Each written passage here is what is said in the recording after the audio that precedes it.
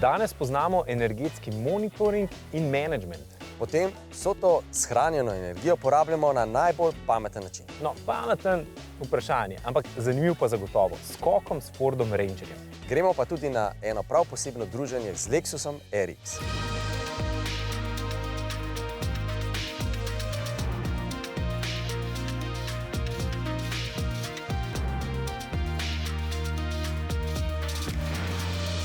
Pozdravljeni v avtomobilnosti. Za bencin in dizel vsi vemo, kje ga dobimo. Vemo tudi, koliko časa traja, da napolnimo rezervoar, približno 2 minuti, in vemo tudi, koliko stane. Pri elektriki je zgodba malenkost drugačna. No, vemo pa, odkot pride elektrika, se pravi, kabel je treba vključiti v vtičnico. Zaplete pa se že pri vtičnicah, ker različne vtičnice ponujajo različno priključno moč. Tudi pri ceni se nekoliko zaplete, saj hitreje kot polnimo, dražje ponavadi je. Ampak to še ni vse.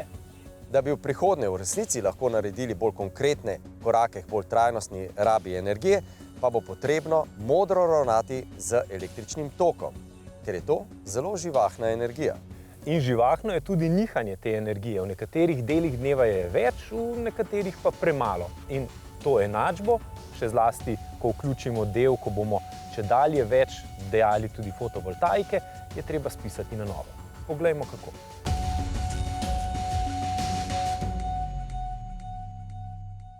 Za moderen električni avtomobil je zelo koristno, da vsakič, ko ga parkiramo, da ga tudi priključimo v električno omrežje.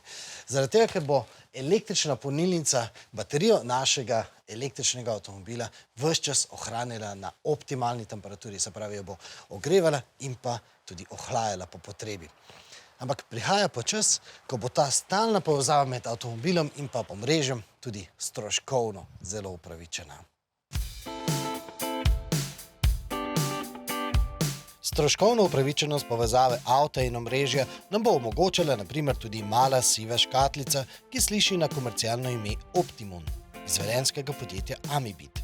No, tokrat se je moj aha moment pojavil že kar takoj na začetku intervjuja, ko sem slišal naslednje besede.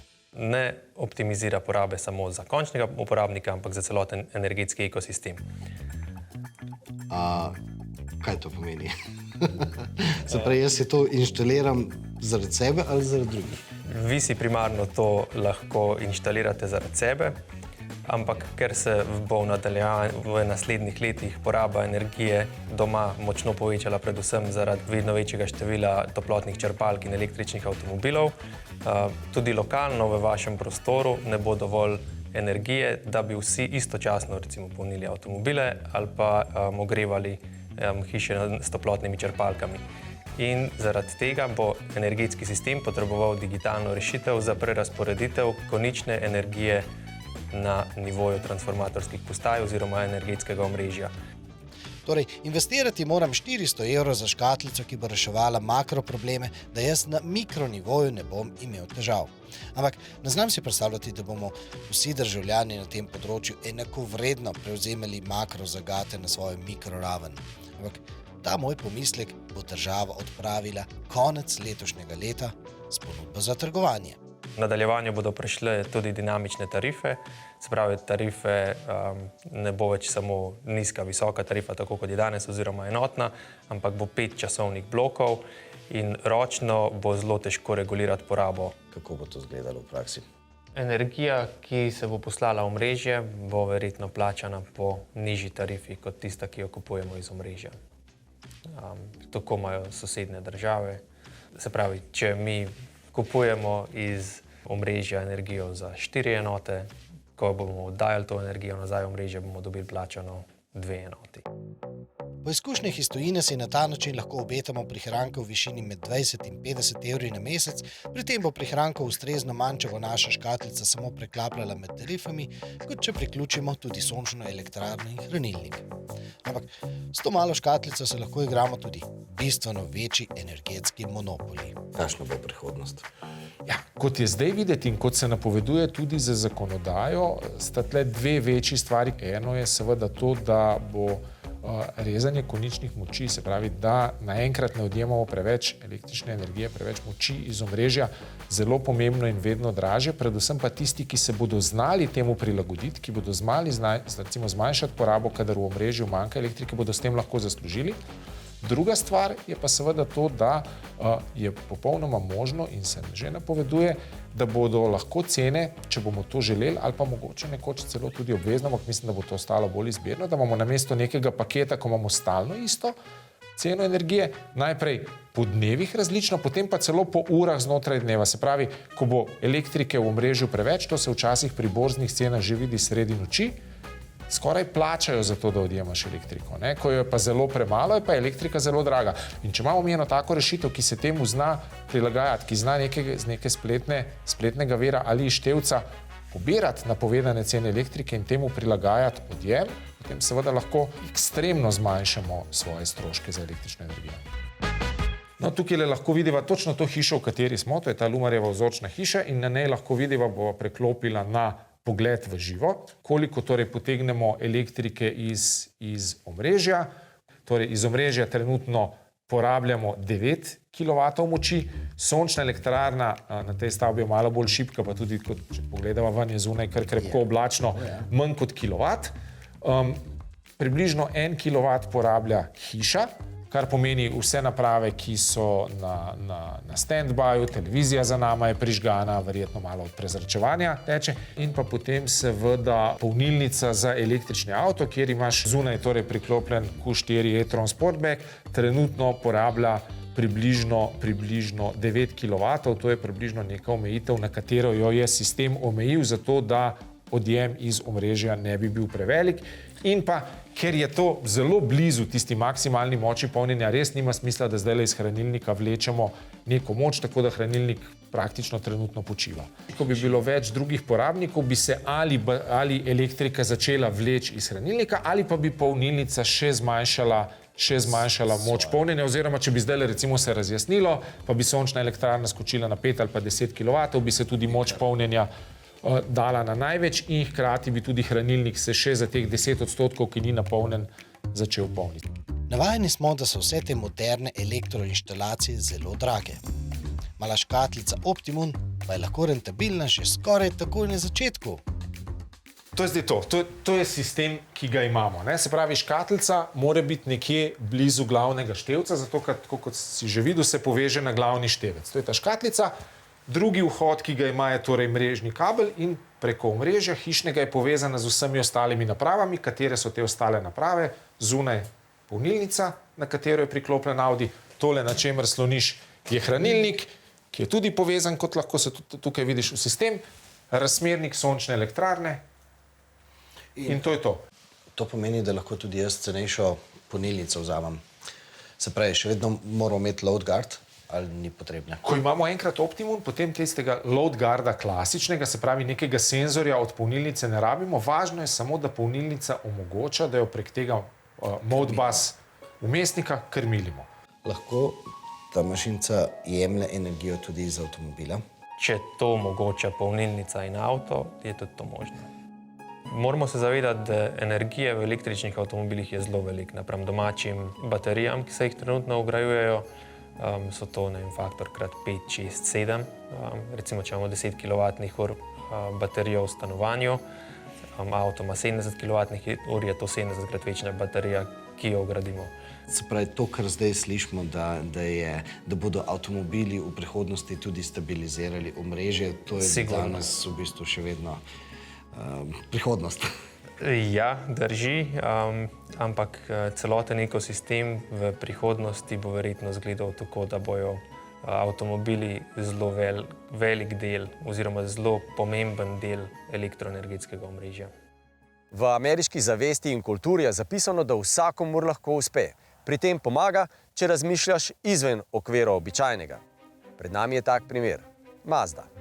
Mazda, ki je pravkar predstavila popolnoma nov 6-valjni dizelski agregat, je odličen primer, ki je ameriško izpeto mantro postavlja na bistveno bolj realna tla. Tako kot pogon ni samo en, tudi svet mobilnosti ni samo en. Zelo veliko jih je in zelo različni so. Eni se bodo proti bolj trajnosti obliki mobilnosti pomikali bistveno hitreje kot drugi. To danes na svetu že vidimo in vsak skrbi za svojo hitrost na svoj poseben način. Da bi lahko razumeli, zakaj Japonci, še posebej Toyota in Mazda, pogosto govorita popolnoma drugačen avtomobilski jezik od vseh ostalih avtomobilskih znamk, pa je dobro razumeti tudi to, od kje prihajata, kakšen je njihov mobilnostni okoliš in da delata avtomobile za cel svet. V razmislek ponuja misel Masahire Mora, ki bo junija prevzel krmilo vodenja Mazde. Nekoč je rekel: če si rojen v mestu, ki se je stoletja razvijalo in raslo, potem pa je bilo zgolj v nekaj sekundah izbrisano iz obličja zemlje, o prihodnosti razmišljaš drugače. Predvsem pa si navajen iz malo narediti veliko. Moro govori o dveh stvarih. O Hirošimi, Mazda je bila tam, postavljena na novo in Mazda bo vedno v Hirošimi. In govori o tem, da je velik korak naprej že right-sizing in ne samo downsizing, kaj šele elektrika. Včasih so koraki bolj kratki, a peljejo v pravo smer. Tudi zato vas danes pozdravljamo iz lepega Velenja z razmislekom o Tešu, lignitu in elektriki.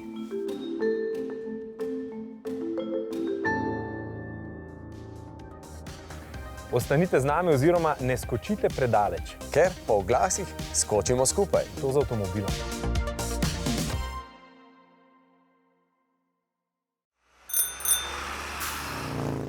No, zdaj pa smo res pred trenutkom, ko bosta Luka in naš inštruktor Janez preizkušala vzmetenje in skakalne sposobnosti Forda Rangerja Raptorja. Zanimivo je, in to boste videli tudi v prispevku, kako je nekega dne, kar nekaj časa nazaj, Evgenij Novikov svoj skok precej ponesrečeno izvedel na Finskem. Zanimivo je tudi zato, ker sta bila tam tako Andrej kot tudi Miha. In to zato, z Miho sva namreč vedela, tako kot ves svet rejlja, da ima Evgenij eno veliko težavo in to je težavo z razsodnostjo in nobene težave z pogumom. Šla sva pa pred ta znameniti skok pogledat, ali bo vsaj za milimeter spustil nogo s plina. In jo je? Nikakor, se boste videli.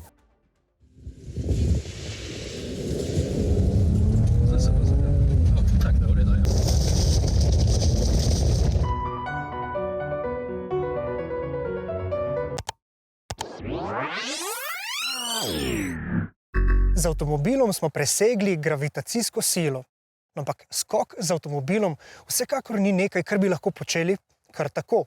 Sploh ne na varen in kontroliran način. Ja, jaz bi rekel, tega ne početi sami doma, če niste tega navajeni, a ne, ker zelo majhna napaka pa lahko pride do prevračanja avta, a ne. Največkrat smo avtomobilskim skokom priča na avtomobilskih dirkah, recimo na takšnih in drugačnih vrstah reljev. No in tam nam že kot gledalcem ali pa recimo s fotografskim objektivom v rokah zaledeni kri ob kakšnem vratolomnem avtomobilskem poletu. No, pa tudi za same voznike je to tisto, kar jim požene kri po žilah, kar jim da dodatno dozo adrenalina. No, ampak seveda gre za posebej izurjene voznike, ki imajo za to tudi posebej prilagojene avtomobile. Ampak če imaš na voljo znanje, primerno opremo in primeren poligon, se lahko vse skupaj izvede tudi na bolj preprost in varen način. Poglejmo. Da midva bova si zelo podrobno šla pogledati samo strukturo skakalnice, pa bova zelo natančno določila, po kateri špuri bova šla. Se pravi, kje se bova pripeljala, s kako hitrostjo se bova pripeljala, to nekje tam okrog 40-50 km/h bova mogla doseči. In pa pol, ko bova pripeljala, da bova gledala kam, se pravi, bova pogled usmerjala v tisto točko, kamor se bova hotela peljati, a ne, in bojo roke avtomatsko sledile pogledu, a ne, in da bova zelo verjetno bo zadek malo odneslo levo ali pa desno, pač odvisno na katero gumo bova prej dal preletela, a ne. Če bova prehitra, bo šel avto predal, če bo pikiral direkt na nos, če bova prepočasna, se pa ne bo kaj da sodlimo v tal. No in tako je zelo pomembno, da avtomobil že pred samim skokom uravnotežimo. Saj bomo potem med samim letom le potniki oziroma takrat avtomobila ne bomo mogli več kontrolirati. No in vozniške reakcije ne bodo na preizkusu le prej, ampak tudi po samem pristanku, ko se lahko v resnici zaradi neravne podlage zgodi marsikaj. V bistvu panika te ne sme zagrabiti. Ne? Se pravi, ko se avto odlepi, pač držiš volan naravnost in čakaš, da priletiš dol in pol je treba ponavadi malo avto poravnati. A ne? No, z vsem tem v mislih gremo še enkrat poleteti.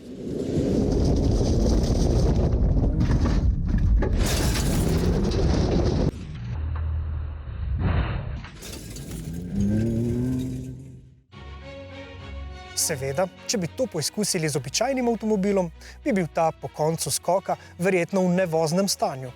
Hude posledice pa bi lahko občutila tudi voznikova hrbtenica. No, kako se temu izogniti? Kaj torej potrebujemo? Ta ima že tovarniško ujačane te roke, zgornje roke, ploščo naletno, da ima zaščiteno sprednji del, se pravi odbijač, ima močnejši, višji, vstopni koti so večji. In cela šasija je tudi ujačana, se pravi na vseh tistih mestih, kjer bi lahko prišlo zaradi teh skokov po terenu do zvijanja, so na Raptorju že ujačani. In to vzmetenje je dejansko zelo podobno tistemu, ko ga jaz uporabljam na svojem avtu za dirke.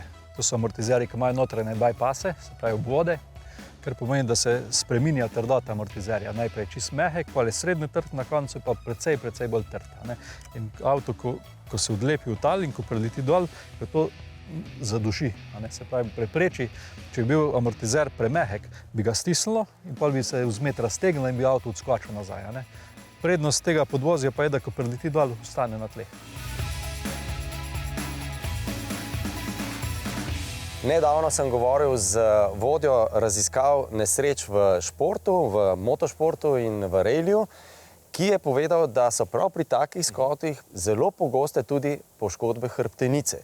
Zanimivo je, da so lahko poškodbe tudi pri enako težkih, enako fizično močnih voznikih in sovoznikih zelo različne. Zato razvijajo zdaj sistem, ki bo te poškodbe zmanjšal, da bo deloma amortiziral udarec. Kot pri voznikih tovornjaka. Ne, ravno tu se pa zaplete, zato ker vozniki rallija morajo avto še posebej močno in neposredno čutiti, zato je tukaj tako velik problem, da vzmet ne sme pokvariti prenosa občutka v avtu, ko gre ta na nož.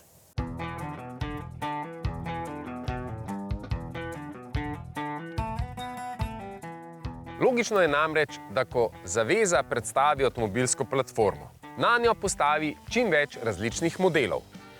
Precej lažje, ceneje in predvsem hitreje je narediti novo karoserijsko obliko, kot pa celotno platformo.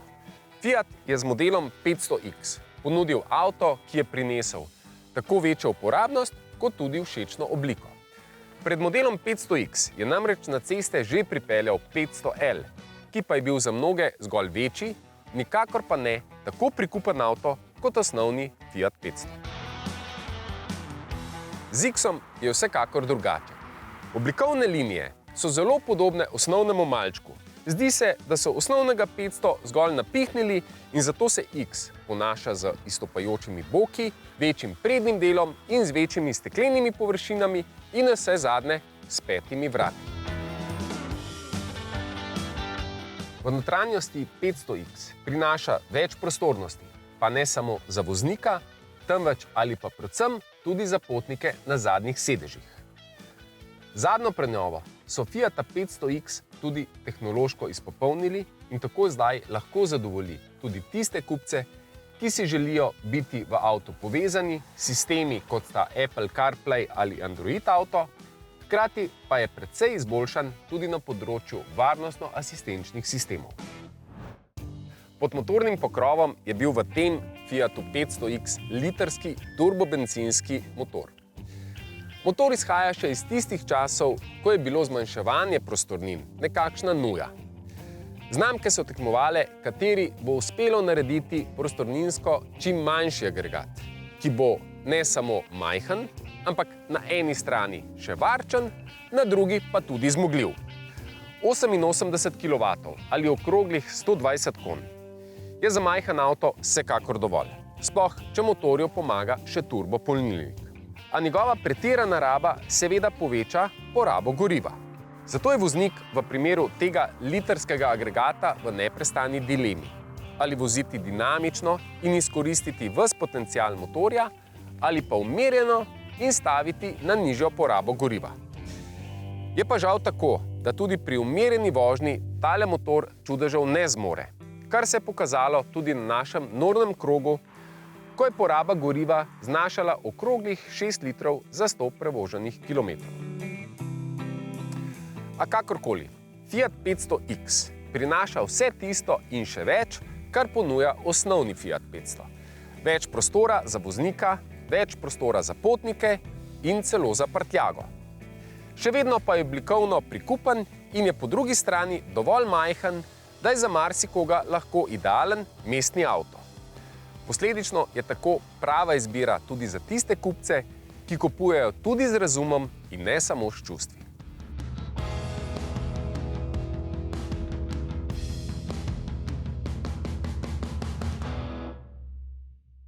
Danes smo v družbi enega prav posebnega modela, ki pa bo z nami še kar nekaj časa. Preden poveva, zakaj se bomo z Lexusom RX združili nekoliko dlje, pa si poglejmo, kakšno je bilo prvo srečanje z njim. Zadnjič so mi na tiskovni konferenci za ta avtomobil povedali, da je to prvi luksuzni SUV. In seveda sem se v hipu zdrznil.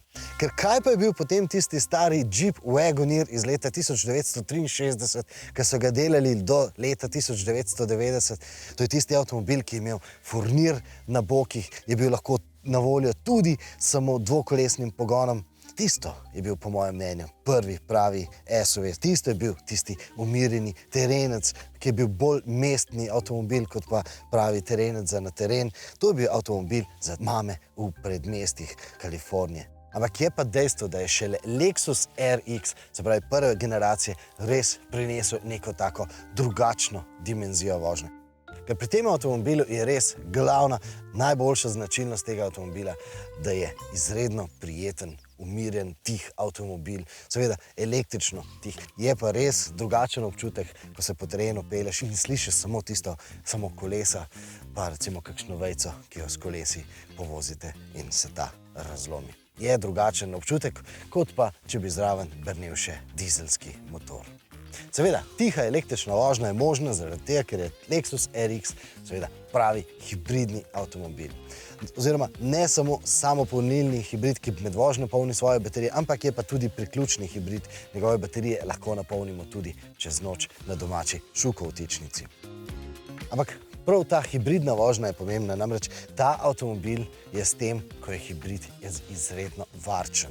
Če mu pustimo, da sam določa, kateri vir energije bo izbral za dano vožnjo, bo seveda najprej preferiral čim več električne vožnje. Ampak tudi potem, ko se odloči, da bo uporabljal tudi bencinski motor, bo zelo, zelo varčen. 6,5 litrov na 100 km. Zdaj, zaloge elektrike, ki jo v ta avtomobil pretočimo preko kabla, je za okoli realnih 50 km. In seveda ta podatek marsikomu zagotavlja, da se bo s tem avtomobilom lahko večino časa vozil samo na elektriko.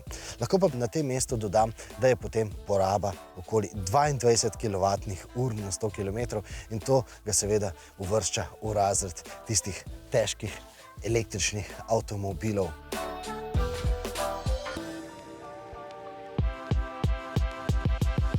Je pa dejstvo, da tudi pri tem priključnem hibridu lahko se s tem avtomobilom kar dinamično peljamo recimo po takšnih ovinkih, ker podvozje tega avtomobila je nastavljeno tako, da se bo avtomobil zelo, zelo stabilno vozil. Da ne bo tistega potapljanja pri zaviranju in pa dviganja nosu pri močnem pospeševanju, da bo avtomobil ves čas nekako zelo, zelo prijeten, kljub dinamični vožnji. Ampak seveda, če bomo ostali pri tem avtomobilu samo pri kilovatih, pa konjskih močeh, pa litrih, pa centimetrih, potem nam res ne bo prav nič jasno. Namreč kakovost Lexusa se začuti na dolgi rok skozi vsakdanjo uporabo. You know, in the factories in Lexus, we have some people, we call them Takumi. Takumi, these are people who have at least 25 years of experience in their craft. So in our vehicles, only those people are allowed to make some specific stitching in the dashboard of the cars, just to show the level of detail and the level of perfection that we want to achieve. Honestly, those kind of details, you and I will not be able to perceive. If we go to a factory and you meet those people, they will show you that is good and that is not good. You will say, it looks quite similar actually. But on the long run, and after 5 or 10 years, that's going to be the good version because they will know how to make it last. In tako bomo zdaj v prihodnjih mesecih vsak dan spoznavali, kako se recimo obnesejo ta električna vrata oziroma električne kljuke. Te kljuke namreč ne dovolijo, da bi recimo lahko jih mi odprli po pomoti, recimo med vožnjo, da bi nam jih recimo med vožnjo po pomoti odprl otrok.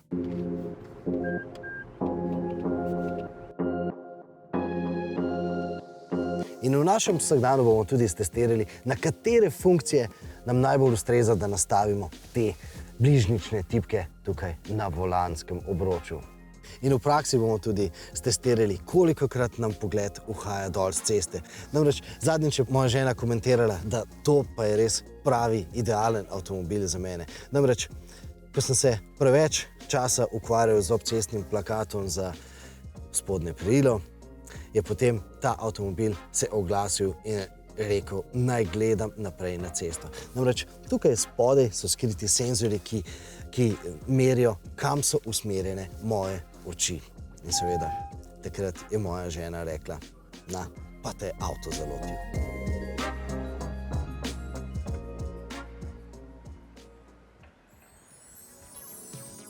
Zakaj se bomo z Lexusom, z RX-om družili kar nekaj časa? Tudi zato, ker je Lexus znamka, ki velikokrat postavlja nove mejnike tako v luksusu, kot tudi v tehnoloških rešitvah. Danes smo že govorili o tem, kako nas okolje, v katerem živimo, po svoje definira. Naše poglede na to, kako kaj deluje. S tehnologijo Japonci nikoli niso imeli težav. Z razumevanjem luksuza na način, kot ga razume Zahod ali pa trgi, kjer so želeli Lexus prodajati, še posebej Amerika, pa je zanje velika uganka. Zato so, kot zanimivost, enkrat poslali, mislim, da 7 ali 8 inženirjev v Kalifornijo, da živijo, kot živijo bogati Američani, hodijo na zabave, gledajo, kaj se počne na zabavah. In ti so spremljali način in življenje teh ameriških, bogatih, mladih moških in žensk, zato, da bi ugotovili, s kakšnimi avtomobili in zakaj se z njimi vozijo. Mi ne bomo šli v Kalifornijo, ne bomo se toliko fokusirali na udobje, kot se bomo na asistenčne sisteme in tehnološke rešitve. Ker zanimivo je, RX je vedno bil tudi mejnik v tehnologiji in prinaša ogromno različnih asistenčnih sistemov. Nas pa zanima, kako jim je uspelo te kompleksne tehnološke rešitve poenostaviti do te mere, da jih voznik lahko med vožnjo enostavno uporablja. In zato jih bomo z različnimi vozniki našega uredništva na različnih poteh in različnih testnih poligonih preizkušali in ugotovili, kako funkcionirajo pri vseh različnih tipih vožnje in voznikih. Z vami bomo spet naslednji teden, vmes pa skočite na rtvslo.si poševnica avtomobilnost in na naša družbena omrežja. Srečno!